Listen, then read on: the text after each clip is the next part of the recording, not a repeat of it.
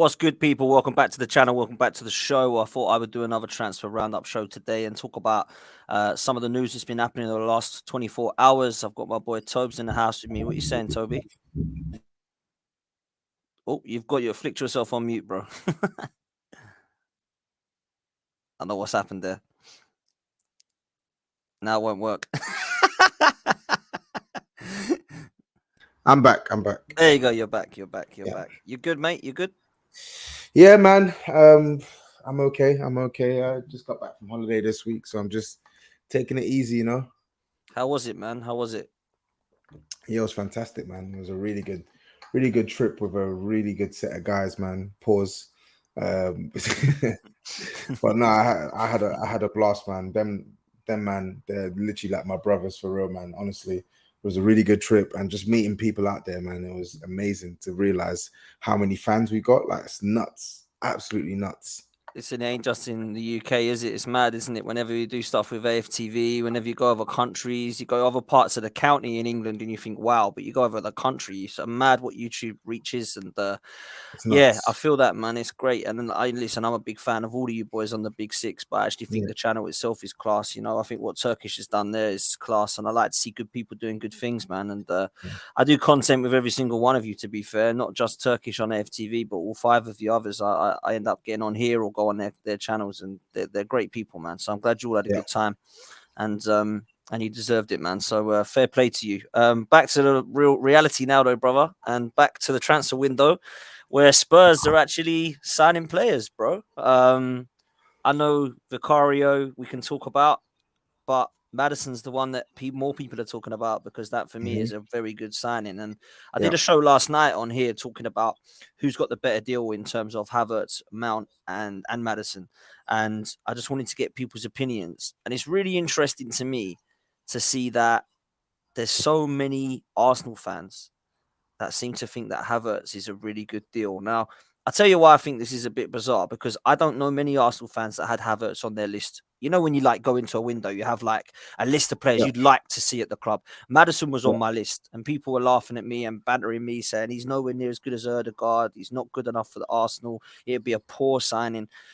And I don't quite understand where the justification in those quotes are, because for me, he's got great GA. He's fantastic talent at Leicester City in the last 3 years, and I would say has done more consistently than both Mount and Havertz put together. So I think, Mhm. and I've said it out loud, that he is a better signing right now before a ball's kicked. Right, it could flop, it could be brilliant, it could be absolutely awful. All three of them could, but if I'm picking one, I would say Maddison is the best signing here personally. So how happy are you with this one, bruv? I'm delighted with this one, man. Not delighted with the window, but because I still think there's more to be done. But Of course, yeah.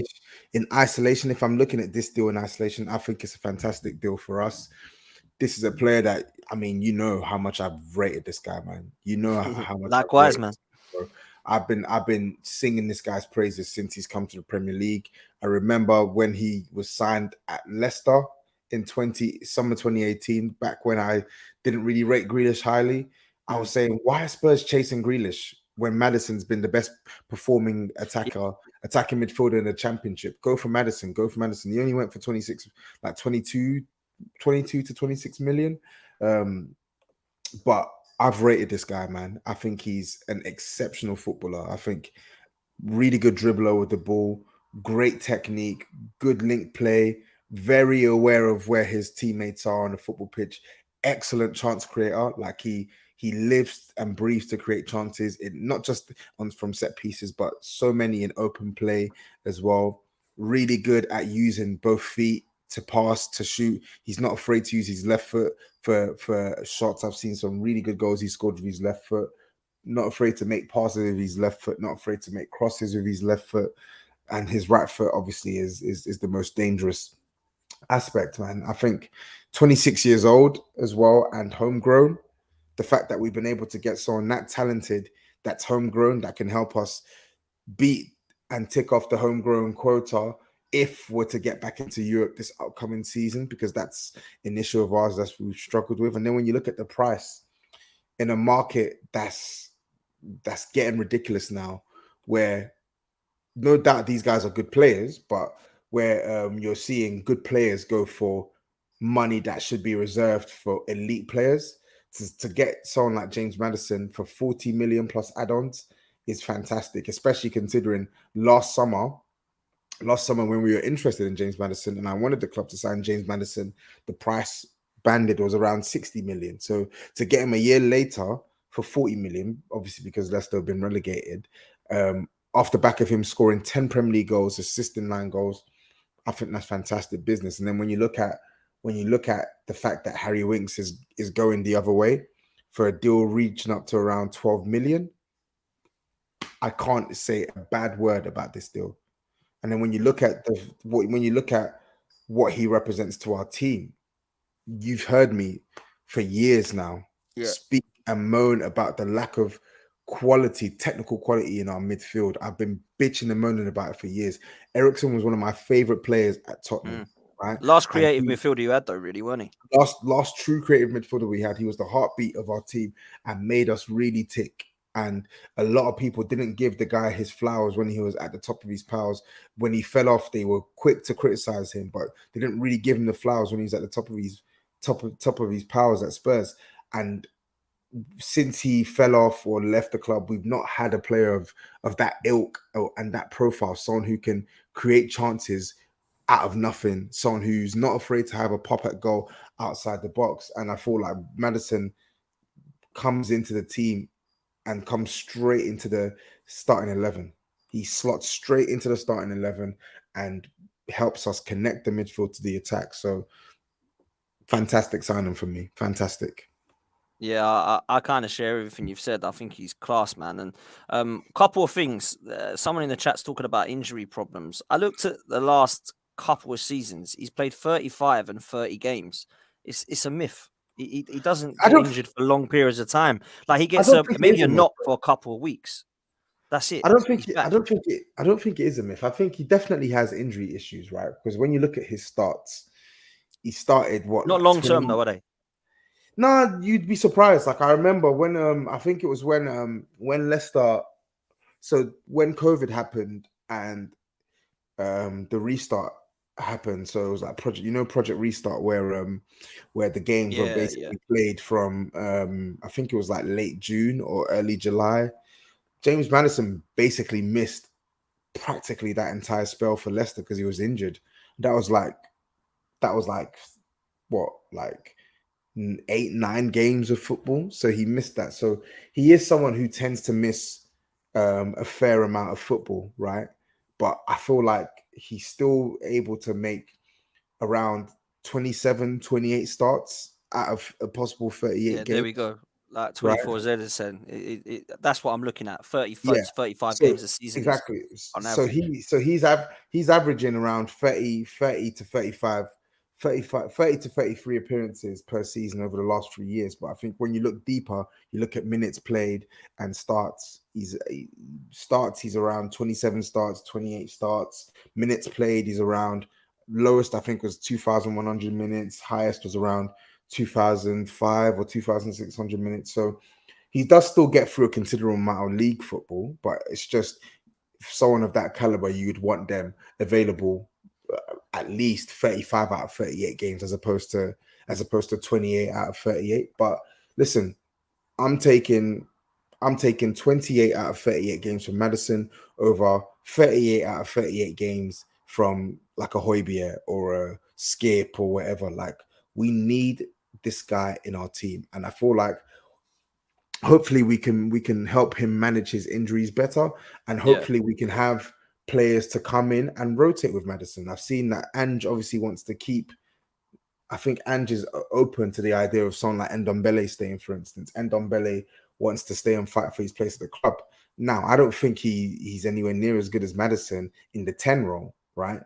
And I don't think he's as durable as Maddison in terms of playing 90 minutes, not just the injuries, playing 90 minutes, but he's someone who gives us something similar to Maddison in a sense where they both want to be on the ball. They both want to make things happen on the ball. So, and it's not just Ndombele. I feel like you can make it work with James Maddison. Like, we'll take what we get, man. Honestly, I'm just happy to have a player of his caliber in the team. For real, man, for real. So let me ask you, because outside looking in, I'm not sure what we're going to see with this formation. Are we going to see Bissouma holding with Bentancur and James Maddison either side, or are we going to see more of a 4-2-3-1 with Bissouma and Bentancur and Maddison in the 10?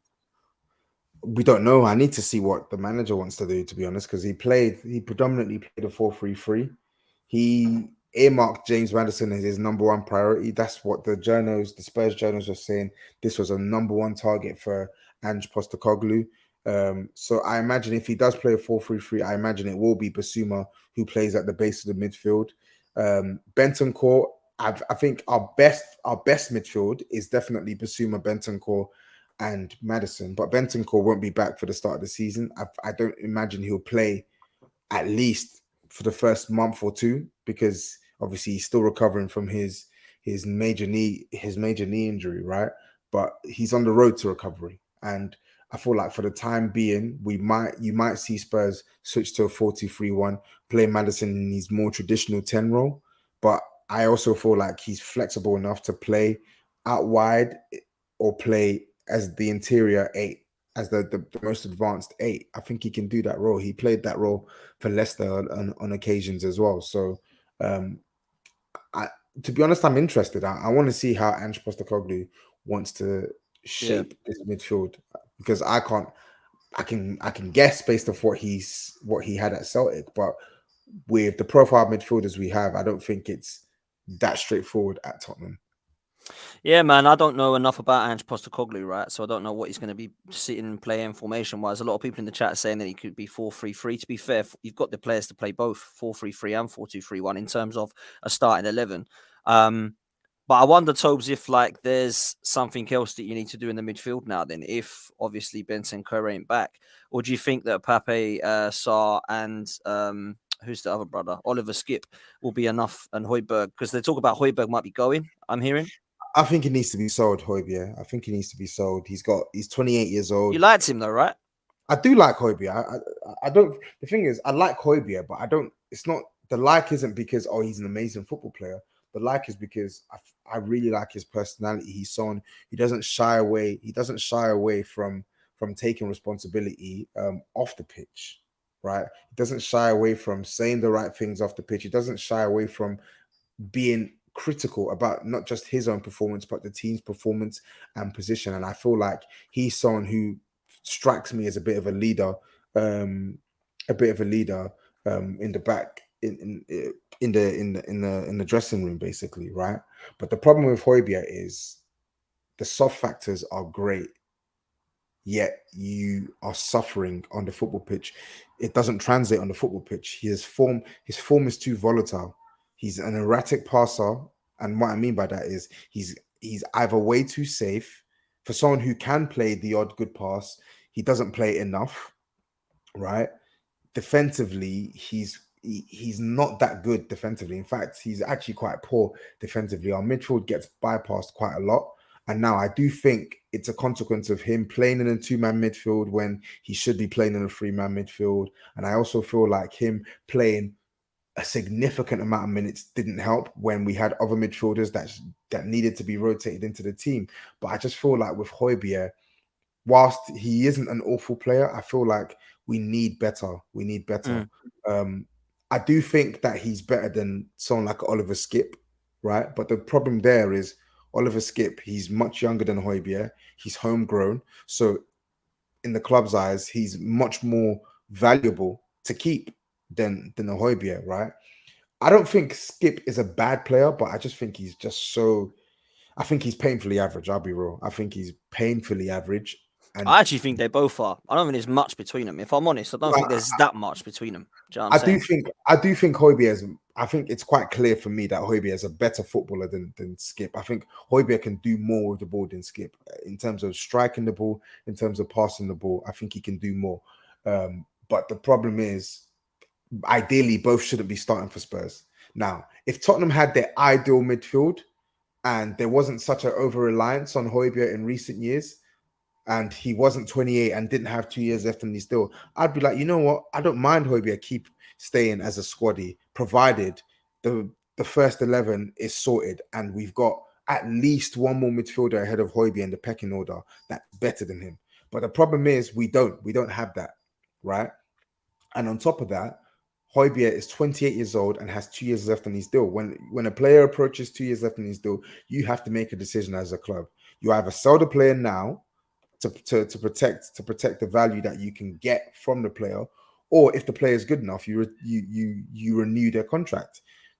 In my eyes, as much as I like him, he's not done anywhere near enough to justify a new contract. I would actually be quite annoyed if Tottenham were to give this guy a new deal because he's not good enough to warrant a new deal. So with the way we want to play under Ange Postecoglou, you want to be aggressive. He wants forward passes. Højbjerg, he's too safe.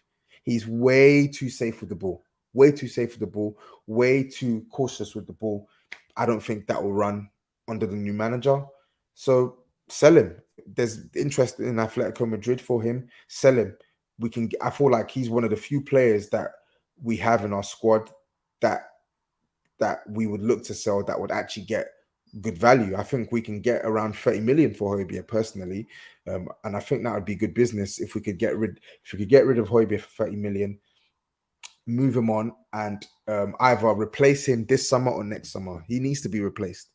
I'm not too mad at replacing him this summer if funds are tight and we are prioritizing 2 centre backs, right? For me, the defense is much more important. Now that we signed Maddison in the midfield, we need to focus on getting 2 centre backs in. We have to get the 2 centre backs in and then assess how much money you have left for another attacker, for a Højbjerg replacement, right? But the priority, get the 2 centre backs in and sell Højbjerg this summer. So let's come to centre backs last, because it's clear to me and everybody that centre backs is an issue and has been for a while, right? But to me, we've spoken about your midfield, and I think your midfield will be actually be pretty good if those players are there that you're talking about. I think your forward line is pretty much sorted. I imagine that you're sorted. The only question mark is Harry Kane. Now, it looks to me as if he's going to stay. I don't see Harry Kane going. I don't know about you, and I can ask you that in a minute. But if you are going to keep Kane, you've got Son, you've got Kulusevski, you've got Richarlison, and Danjuma.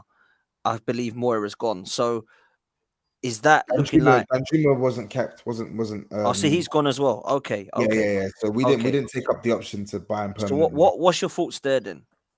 In forwards, are you sure? I think we are short. It depends on what the manager wants to do with Brian Hill, for instance. But I think he's too lightweight. I like Brian Hill. I think he's got the talent, but he needs to put on the pounds, man. He's way too lightweight. Because from a profile point of view, he gives us what we're looking for on the right hand side in terms of a right winger who's left-footed that can cut inside on his left foot and can either cross or shoot. And he's versatile as well. He can actually play on the left side as well, right? And he's got some technical quality to him, but he's just too lightweight to make a significant difference. We've got this with Vieira, mate. Like, I don't rate this guy. He's always on the floor. He's weak. Because like for me, there's a difference between being lightweight and just between being weak. Does that make sense? So like for me, Brian Hill is weak. He's weak. There you go. And Vieira's the same, right? So because like Messi's not exact. He's lightweight, isn't he? Do you know what I mean? There's a lot of players that are lightweight, but they have a lot of attributes that doesn't matter if they're lightweight. Yep. Yeah, this guy's just weak, man, and he's the same for me. But so I mean, let's be real. Go on. I think he'll. It depends. I don't know what Ange Postecoglou's plans are. He might want to keep Brian Hill. Who knows? But I imagine, and I think what would be best for Brian Hill is if he gets put on a extreme bulking program and gets loaned out to a Premier League club, not a La Liga club, a Premier League club, right, where he's playing 28 to 30 games in a season, and he can play. Because the one thing on top of the fact that he's lacked on top of the muscle and the strength is game time. He's not playing, so he needs to play. And I feel like with no Europe this season, there's less opportunity for you to get minutes, because I imagine. And when he goes somewhere, like maybe somewhere that's like a bit of a hard physical club, like a Palace or Wolves or something like that. So just somewhere he can just toughen up. Yeah, man. Yeah, man. Yeah, you know what I'm saying? I'm with you. So, but I think we're definitely. I think we need one more in the attack, right? And it can go a couple of ways. So right now, in my eyes, I feel like Richarlison, he needs to step. He's this last chance saloon for him this season. If he gives us a shit season again, doesn't matter whether I like him or not. Similar to Højbjerg, cut ties, get rid, right? So for him, it's last chance saloon, and I think he obviously provides cover in left wing and striker. But this upcoming season, I would like to see him used more in a striking role, right? Because I Mm. think he can actually press as well. With Harry Kane, it's interesting because there is a chance Harry Kane stays this summer. No team could come in and make the bid that Spurs feel is good enough for Harry Kane, and then he stays. And Which is what, potentially, 100 million. for me, 100 million pounds, but I would even take 90. I would take 90 for Harry Kane. I think that's reasonably good business with a year left on his deal. However, I do think with Harry Kane, if he does stay, then we have Harry Kane and Richarlison up top, and we have Son on the left, which means we need one more who can either play on the left or play on the right. Right. So I think there's definitely a need for an attacker this summer. However, again, I'm willing to take the L on no attacker and no replacement six, provided we get two centre backs. That is paramount for me. We Mm. need the two centre backs. It always revolves around the two centre backs. But yeah, there's a couple of options. If Harry Kane was to leave this summer, we get a great bid. Um, we could either replace like for like and end up paying a crazy premium for one of the strikers out there. I don't know, like a Gonzalo Ramos or a Kolo Muane if they wanted to come. But me personally, I think they're wildly overpriced. And in that specific scenario, maybe we could even push Son into a central position and have Son and Richarlison as our strikers and buy another left winger. And then we'd have like a Matoma or a Barnes or whoever. We'd have a left winger. We'd have Kulusevski on the right. We'd have Son who could play left but can play up top. We'd have Richarlison who could play left and could play up top. So I do think we need. Talking of that, you've literally mentioned it. Lawless is in the group chat with us saying, uh, "This guy, man, I swear to God, this guy." What did he say? Apparently, Spurs. Oh, where is it? Apparently, West Ham are in advanced talks to sign Harvey Barnes.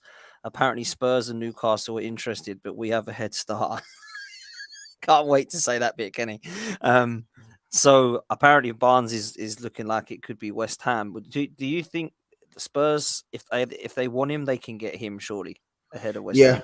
I think so. I think if it's between us and West Ham, if we were really serious and we 30 put, million, he reckons. 30 million.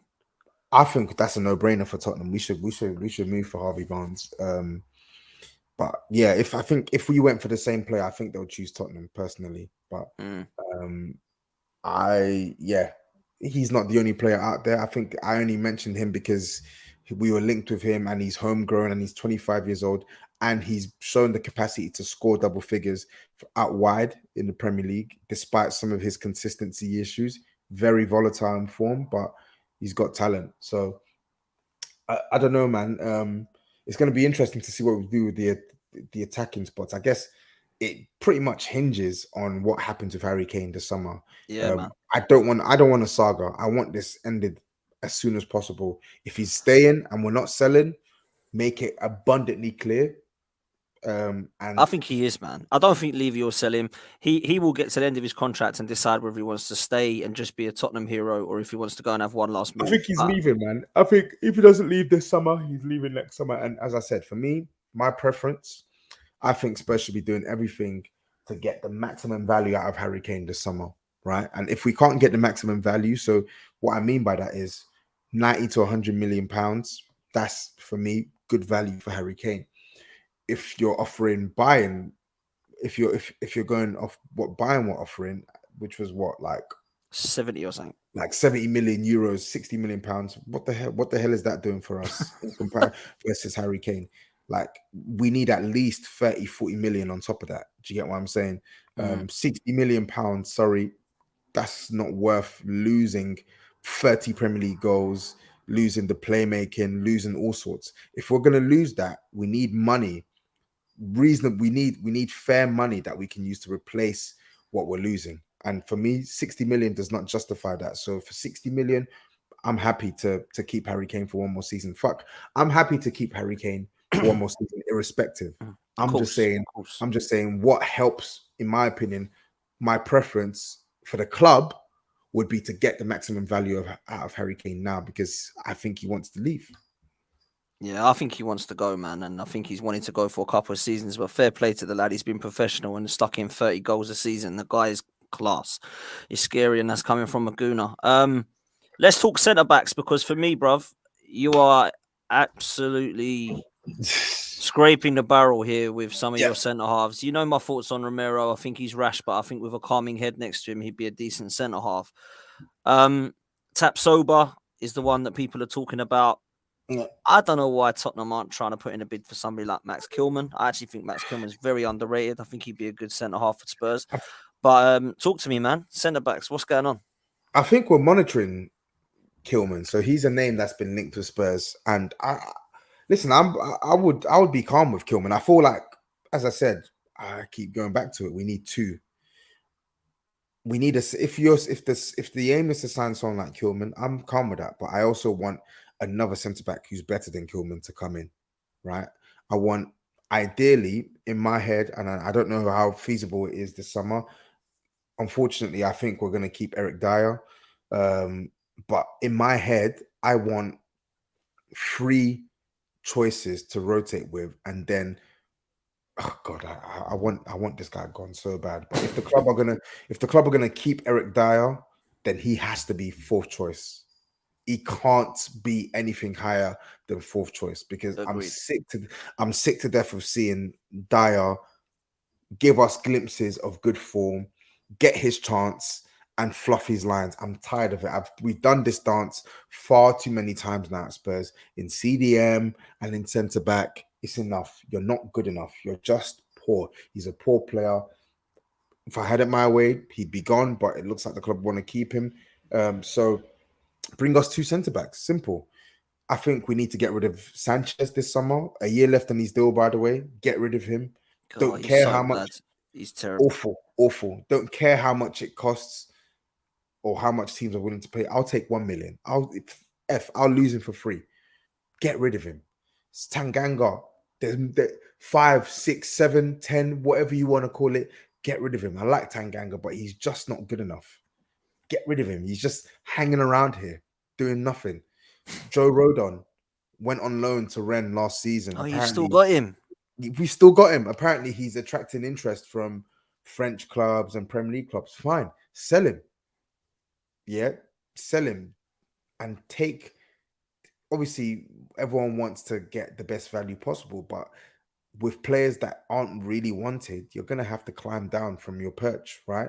So take whatever price you're given just to get these guys gone, get them off the books, get them out of the team, so the manager doesn't have to rely on poor players. Do you get what I'm saying? With no Europe this season, it gives us a real opportunity to actually make a concerted effort to get rid of the dead weight in our squad and focus on fine tuning the 11, plug the gaps in the first 11, and trim the fat. Simple. That's what we should be doing this summer, right?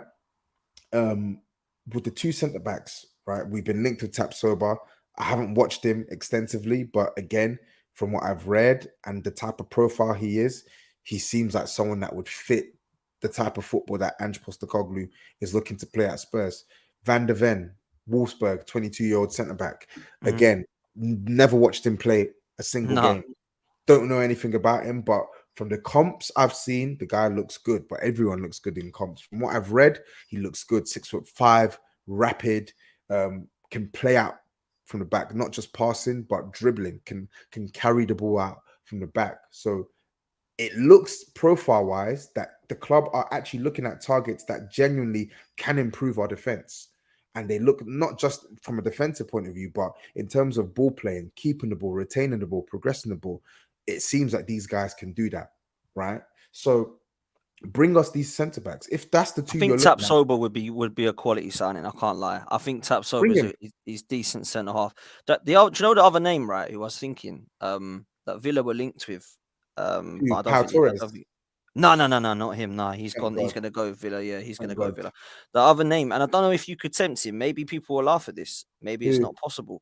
Who? Laporte is leaving Man City.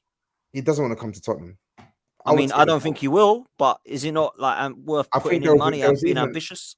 I think the club have definitely monitoring Laporte, but I don't think he wants to come to Spurs. I think No, maybe not. there was an article that was put out the other day. The source is a bit fugazi, but they said Laporte had rejected rejected an approach from Tottenham. So Fair play. don't think he wants to come to Spurs. And the thing is with Laporte, he's outside of the age range that I'm looking for He's centre 29, back. isn't he? But you make an exception for him simply because he's actually quality. Like he's quality He on the is. ball. He may not be like an elite defender, but he's a good enough defender, more than good enough for the Premier League. And he can play two positions. He can play left back. He can play centre back, and his ball playing is off the charts, bro. Off the charts.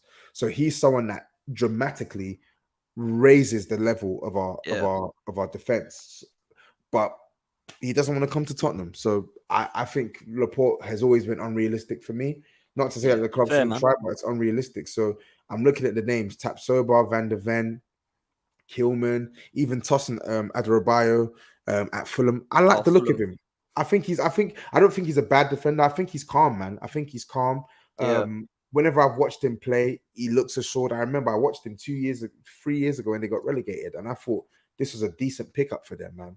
I think at times he can be a little bit like heavy-handed, and he can be not clumsy per se, but obviously, I think if we're bringing him in again, similar to Max Kilman, I'm calm with that. But I want a better centre back than one of these two names to come alongside them. Mm. So then, if we had a rotation pool of Romero, someone like Katap Soba or whoever it is as the undisputed starter, that's the first centre back pairing, and then someone like Tosin to rotate with a Tapsoba or with a Romero. I know he's left footed, but you get my point. If we had a pool of three to rotate with, and you had Yeah. Eric Dyer as the fourth choice, I It's better can than live what with you that. got, mate. It's better I than what can you live. got. I can That's for live. I sure. can exactly. I can live with that for one season, and then we get rid of Dyer the following season. I can live with that, right? Yeah, The man. We were key linked is with that Tosin a couple of years ago, man, from Fulham. We were linked with him. So it's he's all obviously right, on our man. He's radar. all right. He's definitely all right, man. I think Fulham fans obviously will know more about him because they watch him week in, week out. But from what I've seen,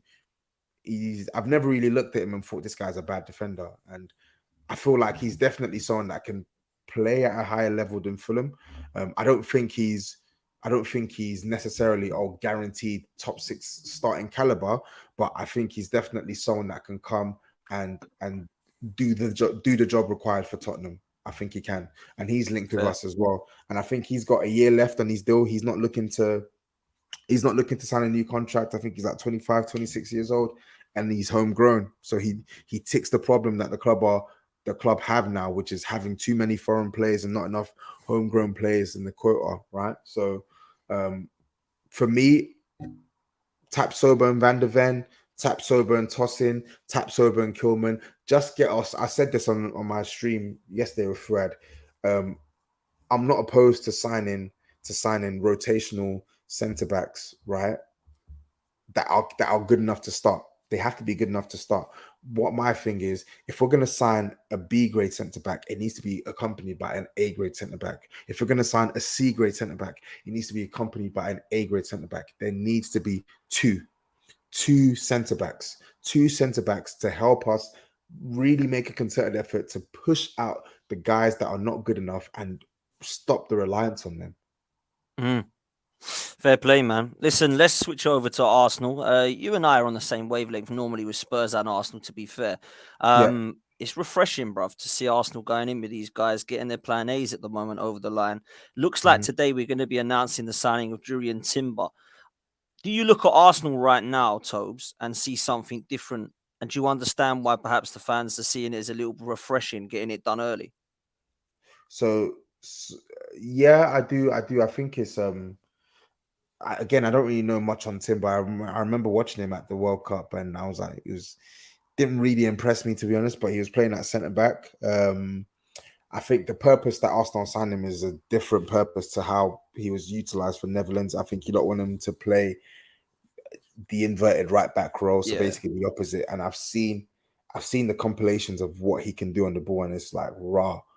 This is mental. Like, you can really play. So good age, first choice target of Arteta's.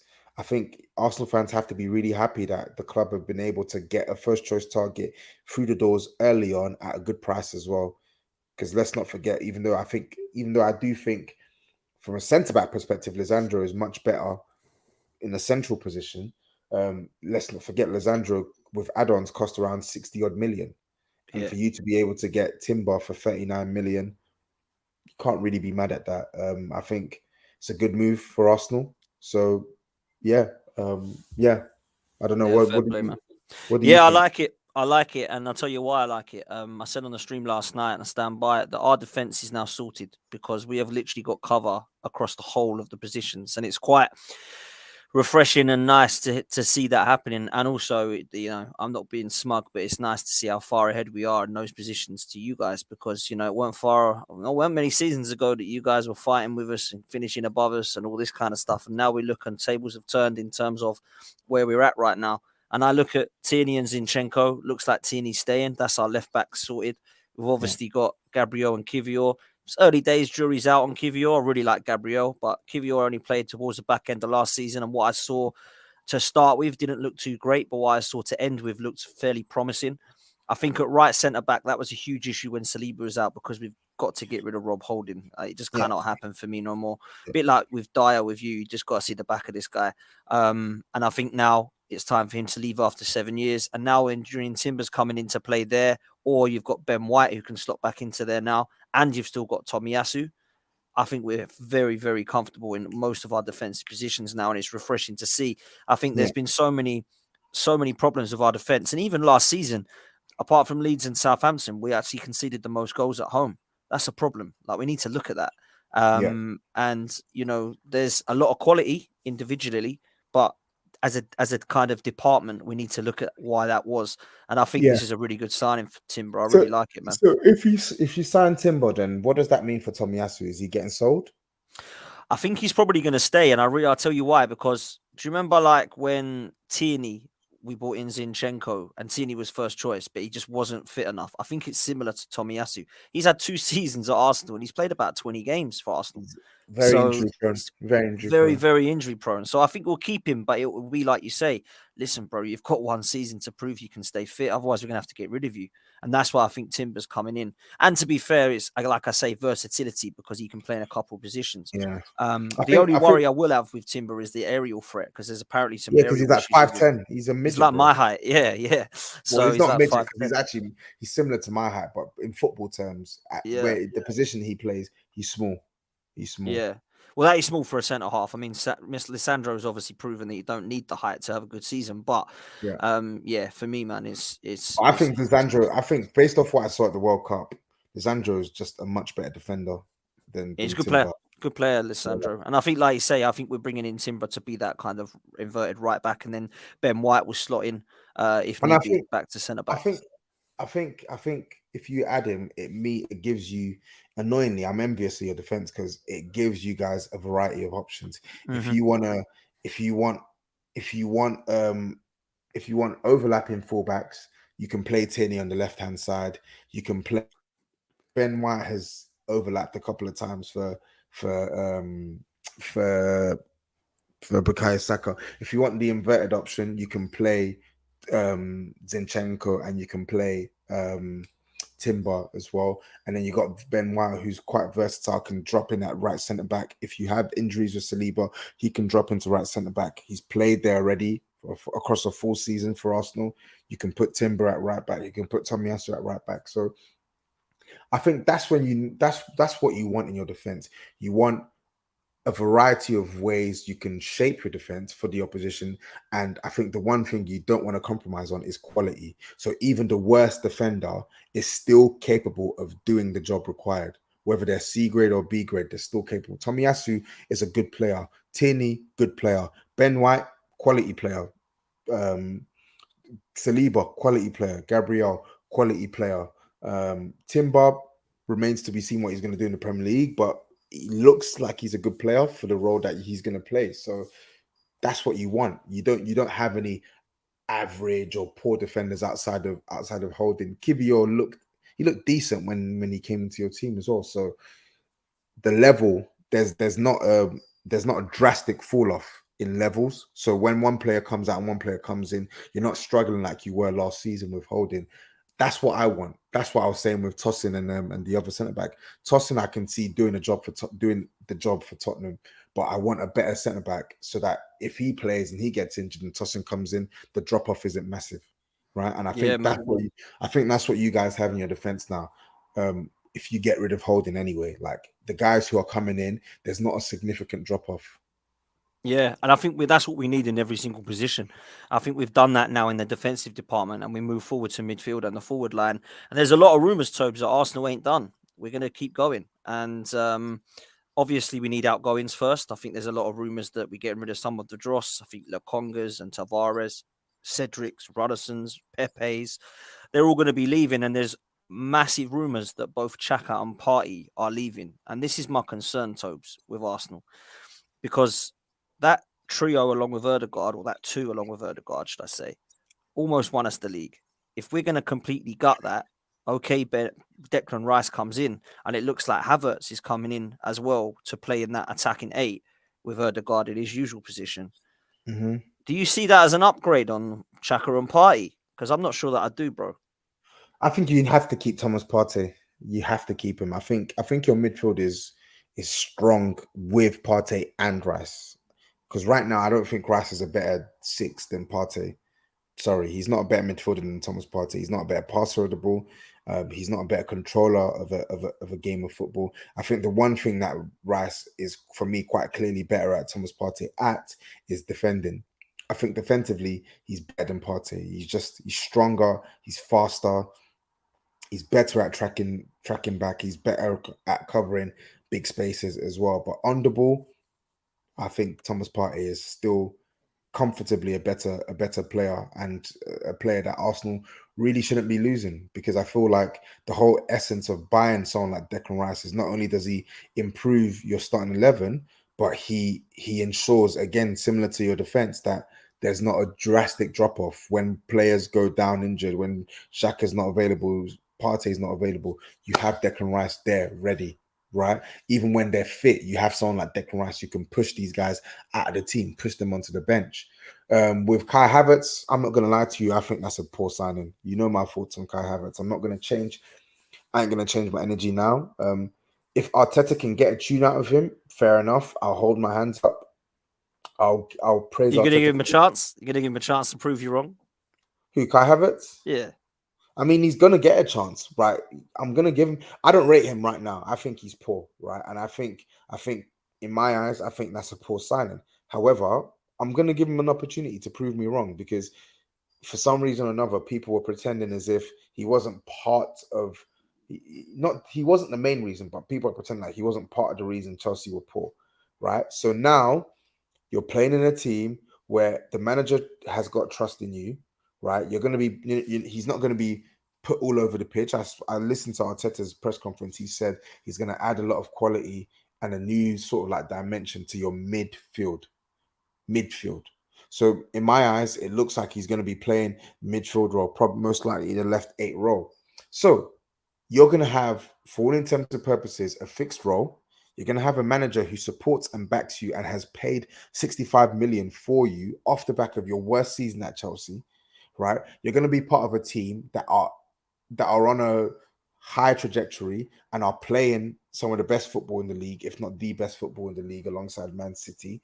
And the reliance on you to score is not as great as it was at Chelsea. The reliance on you to create was not as great as it was at Chelsea. You're not going to be playing false nine regularly. So there's a lot less responsibility on him at Chelsea versus Arsenal, because Arsenal already have someone like Odegaard who can play make. They already have Jesus, who's much better than him at holding and linking play up top. So all you have to do is add your cherry on the icing of the cake. You get your goals, you get your assists, you are actually in the game. Forget about just the stats. Obviously, I put the stats first because of the price, but just from performances perspective, be in the game. Be in the game. Be effective. When you have the ball, be effective. Do something effective with it. Move the ball forward. Combine with a certain player. Open up the game for Arsenal. Make good runs into the box. Do the things that we didn't see at Chelsea. If he can do these things and he comes off a good season at Arsenal, I'll hold my hands up. It's not going to change my opinion of his time at Chelsea, because I think his time at Chelsea has been pants. I don't care if he scored in the Champions League final. I think he's been a flop for Chelsea. I think he has, and I think I think that's Chelsea have fair. done. I think Chelsea have done fantastically well to get 65 million out of Kai Havertz. But I also feel like, annoyingly, a team like Arsenal were willing to pay that. Teams like Real Madrid and Bayern were interested in Kai Havertz because there is some talent. I think his talent is overstated, but there is some talent with Kai Havertz. So if Arteta is going to be the guy to get it out, Kai Havertz is in the best environment, right? Because you've got a settled team. It's not an unsettled team with a new manager, a gazillion new players, you being chopped and changed. This is very much a settled team with a settled 11, and you are coming in to add to the 11, break into the 11 and sprinkle the ice, sprinkle the cherry, sorry, put the cherry on the icing on the cake, etc., etc. So he's got to deliver. I'm sorry, he's got to deliver. If it doesn't work out at Arsenal, there can be no one to blame for himself but himself. I'm tired of the excuse of Kai Havertz. Deliver or just go away. Simple. Fair play, man. I tell you what, though, Chelsea, wow, 125 million for Havertz and Mount. This market is crazy. I'm telling you, this market is crazy. 105 for Rice, 115 Bellingham. We're in a crazy, crazy world, man. Listen, I need to ask a couple of questions, a couple of favors. Got 10, 15 minutes left. If you want to put a super chat in question, please make sure you do it. If you want to put a question in, you don't have to pay a super chat. Just make sure you put the letter Q so that I can see it. I'll read out some questions towards the end of this stream. If you put a capital Q, then obviously I can see it's a question either for myself or for Tobes. Please, guys. There's nearly 500 of you watching live. Make sure you do me a favor. Smash a like on this video. And more importantly, subscribe. I'm so close to 10K. It is crazy. There's literally a couple hundred, man. Nice. So we can try and do that through this stream. Let's make sure that we do that, people, because we are so close to 10K. If you could do that for me now, that would be amazing. Tobes, let's talk Arsenal lastly on the other business that looks like we're going to probably look to be doing, because I'm hearing rumors of Caicedo and Chalmani today. Wow, I don't see that one happening. Can't see Lavia, both. Can't see both happening. I can't see. I Sorry. don't know if I can see either. I think Lavia could be more of an Yeah, that's realistic realistic. opportunity. That's realistic.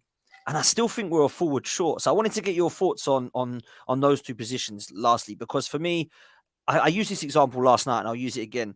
Let's say Arsenal have a blinder this season, right? We have an absolute blinder. We're in the semi-finals of the Champions League, and Real Madrid are the guys that we've got. We're playing Everton away from home on the Saturday. Jesus goes down. Jesus is now out on the Tuesday night against Real Madrid. We've got Eddie up front or Trossard up front. Do we still need a forward, Toby? Yes, you do. I think I like Eddie Nketiah. I don't think he's a bad player at all, but I'll be real. I think Arsenal need better. I think Arsenal should look to sell Eddie Nketiah this summer. If you're going to sell Balogun, I think if you're going to sell Balogun, I'm not really sure what the plan is, but I feel like he's going to be sold. If you're going to sell Balogun, you have to sell Nketiah, and I feel like Arsenal should look to bring in a striker who can, maybe he won't be as good as Jesus in terms of the link play, but you can't be totally awful at it. It needs to be someone who's actually at the very most capable of retaining possession, but also someone who can score more goals than Gabriel Jesus, because I don't know. I'm not going to lie. I don't think Gabriel Jesus is that guy in front of goal. I've given him the opportunity now.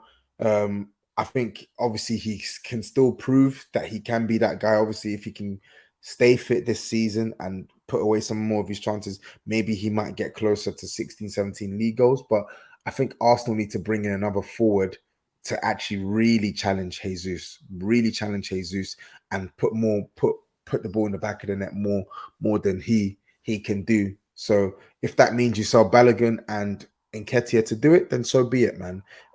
If you guys are serious about trying to chase down Man City. This is the standard. Man Yeah. City, we know that they're going to beef up their team this summer. We know they've already signed Kovacic.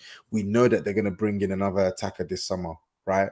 We know that they're probably going to bring in another midfielder this summer. I think you guys are doing everything in your power to back Arteta. 105 million on Rice, 65 million on Kai Havertz, 39 million on Timber. It can't stop there. If you're serious about the title, you have to go all chips in, and give the manager what they need. As much as it pains me to say it, just from a neutral perspective, it's just what I would want if I was in that position from my Yeah. club. You have to. I think in Ketia, I can see him doing a job for some of the mid-table sides. I feel like if he played 38 games, I could see him hitting double figures in the Premier League for one of these clubs. But West Ham. Arsenal, Lord, I've spent a lawless West Ham. he could do a job Apparently. at West Ham. I think he'd score goals at West Ham, but Arsenal need better. To be honest, Arsenal need better than Jesus. He's a good player, but they need better than Jesus in terms of being the difference in games where you need that striker to be the difference. I think Arsenal need better than Jesus, as good as Jesus is. I'm not saying he's not good enough, but they need someone. They need a, what's the word I'm looking for? They need a closer. Martinelli, in my opinion, is Arsenal's best closer. I think he's the one that's cold-blooded. He's a ruthless Killer. finisher. Yeah. Yeah. Saka's up the goals, but I feel like Arsenal need one more in there. Jesus is not a killer. Sorry. Great dribbler, good at facilitating play. He can beat plays, he can create chances. He has the capacity to pull off some good finishes, but he's not a consistent scorer. So I think Arsenal need another killer, right? If that's going to be up top, if that's going to be at the right, so be it. Just bring in one more killer. I think the midfield, Lavia, I think that would be a good signing for Arsenal. I like Lavia. I feel like people overrate Lavia, but I think he's definitely a good talent. And he's someone who you can see definitely becoming one of the best midfielders in this league if he stays and gets regular game time. But I don't understand how that would work unless you sell one of your holding midfielders. I feel like Lavia would make sense if you sold Jorginho, Yeah. right? I don't see why you're looking to sell Partey. Sell Jorginho. Doesn't matter if you bought him in January. Sell And El him. Nini. Still got El Nini and Jorginho. Just they're Exactly. the ones Sell that need to Jorginho, go Leo for me. Nenny. Jorginho, yes, he's a good controller of the ball. He's a good passer of the ball. But come on, man. Let's be real. You want someone who's a bit more dogmatic. Do you get what I'm saying? You want someone who's a bit more expressive in the dribbling, off the ball, a bit more stronger. Like, come on, man. Let's be real. Jorginho, good passer, good controller, but come on, man. Get rid of Yeah, him. He's agree. 32 years old. He's going to be 33. Get rid of him. If you want to buy Lavia, get rid of Jorginho. Keep Thomas Partey. You have Thomas Partey, Lavia there. You have Declan Rice and Havertz in the left 8 row with Emil Smith Rowe, who can operate in the left 8 row or probably the right 8 row, and can also play out on the wings. You have Odegaard there. Then you're cooking, bro. Then you're cooking. Mm, mm. Yeah, man. Facts. And I think this number 9 thing is an issue, but I don't see one out there that is going to be guaranteed 30 goals. It ain't going to cost an absolute fortune because Harry Kane's not an option. Victor Osimhen is going to be about 180 million pounds. You've got other options that are going to be cheaper than that. Maybe Vlahovic. That looks like he could be on his way to Chelsea. Also, Rasmus Højlund and Ramos, they're the ones that are looking like they're going to be going to Manchester United. I'm not even sure about that Højlund, really. He's not going to get us 30 goals a season. So, do you know what I'm saying? Like, where are the number 9s? There's a lack of them, man. It's a very saturated market for sure. And I even had to scratch my head as well because I don't want to see Tottenham, for instance, commit 100 million on Colin Moani. That's way too much. Good player, Yeah, he's a good player. That's another option. but Crazy money. he's a 1 in 3 guy, and you're costing 100 million. Nah, sorry, no, thank you. Gonzalo Ramos, good finisher with both feet, but again, what's his impact over 90 minutes like? Is he someone who you can facilitate with? Is he someone who can actually give centre backs a hard time? Remains to be seen, in my opinion. I don't watch him regularly, but I'm just going off what I saw in the Champions League as well. And he would cost crazy money. Like they've sold. For some reason, I used to think he would cost like 60, 70 million, but then I actually had to put 2 and 2 together. They sold Nunes for 85 million all in. So 65 million up front, 20 million in add-ons. I'm assuming that they would definitely want something similar for Gonzalo Ramos, which is a Yeah, crazy amount of money. Lautaro Martinez, even he's a 1 in 2 guy. He's not even like he's a not for me, man. yeah. I get it, but even he would cost like £100 million. Like Osherman, you mentioned, that's minimum 120, 130 million before you can talk to Osherman. I saw someone like Evan Ferguson at Brighton. He'll cost an arm and a leg. I really like him. He's young, but he'll cost an arm and a leg. So it's difficult. Maybe your route is to not sign a traditional nine, maybe to sign someone who you can play in as a false nine, or like a forward who can play out wide but can play central as well. So who knows? Yeah, who knows, man? Who knows? Let's do these 3 questions. This one is a West Ham question, but fair play, Toby. Big up yourself. He says, "How should West Ham spend the Declan Rice money?" It's a fair question, actually, Tobes. What's your thoughts on this one? Um, so I think it's obvious. They need to sort out what's happening with the striker situation. Are you giving Skamaka another chance, or are you buying another striker? Um, Either way, Antonio for the whole season, it's not working. He's not good enough. I definitely think they need another wide man. I think with who's the guy they signed from Burnley, it's not worked out because of the injuries. Cornet. Cornet, it's not worked out because of the injuries. And I think on the right hand side, they don't really have someone to compete with Jared Bowen. Jared Bowen was in really bad form for probably 60% of the season. So having someone to compete with Bowen and actually keep him on his toes and potentially even push Bowen to the bench would be good, I think. So they definitely need, I think, at least one forward. If it's not a striker or wide man, they need at least one. Ideally 2, but at least one. Midfield, I think if you're losing Declan Rice, I think they need 2 midfielders So personally. do I. Yeah. I think they need an upgrade on Suchek because he's rubbish. They need to sell him, and they need to bring in a proper number 6 who can actually do stuff with the ball. And I think Talking about Paulinho from Fulham. yeah, but I think Fulham was slapped like a 70 million, Oh, 70 or 80 Jesus, bro. million price tag on his head. That's But mad, isn't it? that would be a fantastic signing for West Ham. I think it would Mm. be a fantastic signing. He's actually good defensively, and he's calm in possession. Like Yeah, I agree with he's that. not a liability on the ball. So for me, they need 2 midfielders, one direct replacement for Declan Rice and a proper number 6. I think in the central positions they've got Fornals and Paqueta. Paqueta obviously the start of Fornals rotation piece. So I feel like that can be enough for now, so you can get away with not spending money. But definitely the base of their midfield, they need 2. They need minimum 2. In fact, they Yeah, might man. even need more because I'm looking at it now. Flynn Downs, never really watched him play, but I don't really rate him. Declan Rice is leaving. Suchek is arse. So yeah, if they want to keep Suchek, it's their party, not mine. But they have to upgrade him. They cannot go into next He's season terrible, man. with Suchek as a starter. It's a downright disgrace.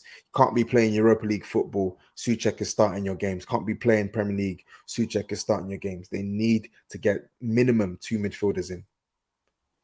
I think the defense. It depends. Because Cornet played what, like left wing back for Leon and for Burnley at times as well, Mm. right? Mm. So they've got Emerson, who's obviously the Left back. preferred defensive option. So Yeah. I think he will probably be their number 1. I don't know what they want to do with Creswell, but he's getting on now, so maybe He's done, man. they might want to move him on. They need a right back. I think they need a right back. Sufal, for I was me, going to like, mention it. I was yeah. going to mention that.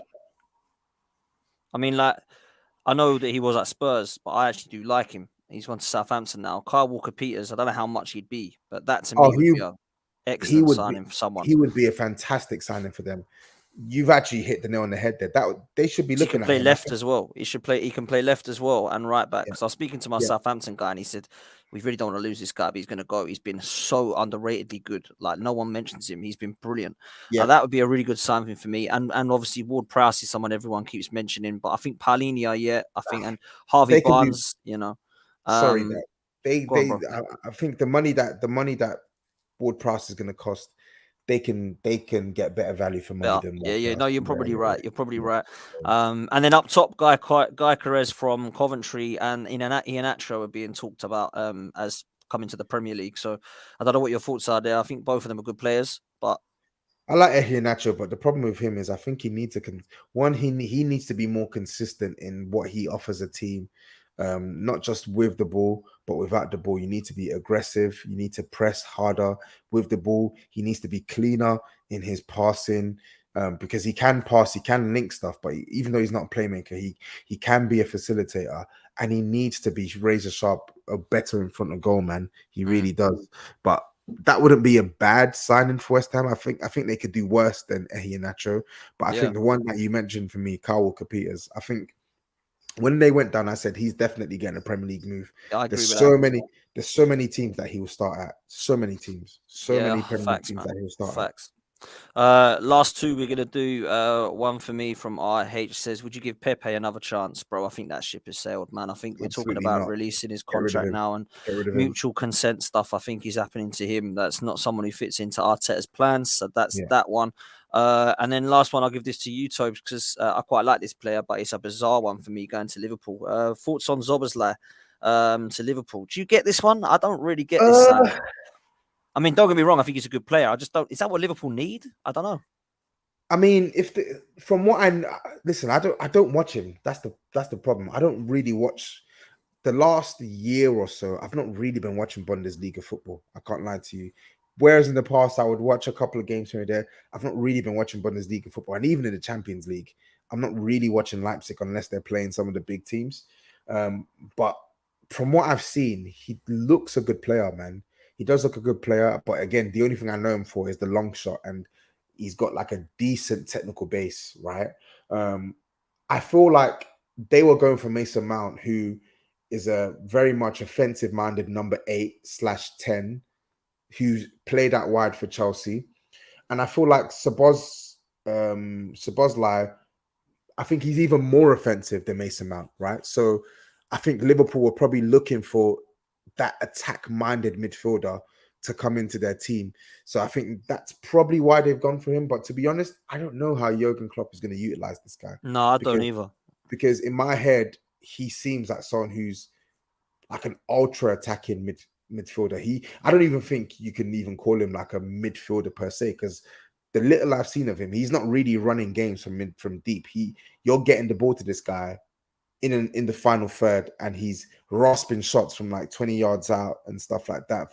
So that's what I see in the comps. So anyway, I'm gonna reserve judgment on him. I don't know. Yeah. I don't know how Jurgen Klopp is gonna use him, so I can't really make a solid judgment on whether this is a good or bad signing. I need to see how it pans out. Yeah, Newcastle were interested. They apparently on Sky Sports News have pulled out of the race for Szoboszlai, so it's now looking like he's going to go to Liverpool. I don't know, man. Him and McAllister seem a little bit similar. I wouldn't say those positions that are well needed, but maybe I I'm don't think wrong. they are I think. similar though. I feel like McAllister is much more of a midfielder. Like Mm, I think McAllister of old, you could say that when he was playing further up for Brighton. But I think McAllister for me, he's more of an 8, like a solid 8, and can even mm, do a job at 6. I think he's someone who gives you technical security. He's just a good central midfielder, right? And I feel like Liverpool, they needed good, young, tenacious central midfielders who can actually be comfortable with the ball. I think Curtis Jones, McAllister, I think they're good players, but yeah, so far this summer, I can't lie. People are expecting Liverpool to be back. They're expecting Liverpool to be back. I get it. Jurgen Klopp aura. He's a world-class elite manager. They still got Mo Salah. They still got some top players, but I can't lie. The business that Liverpool have done so far has not convinced me that they're going to keep up with Man City in the upcoming season. I That's agree. just I think me being Liverpool could honest. be back, but they've got to do more. I mean, they need a centre But half because Van what is Dijk your can't play. definition of back? Because I think we all Competing with Man City, competing with Man City for yeah, a okay. title, for trophies. Do Like you really do you believe that right now they're set up to compete with no, Man City?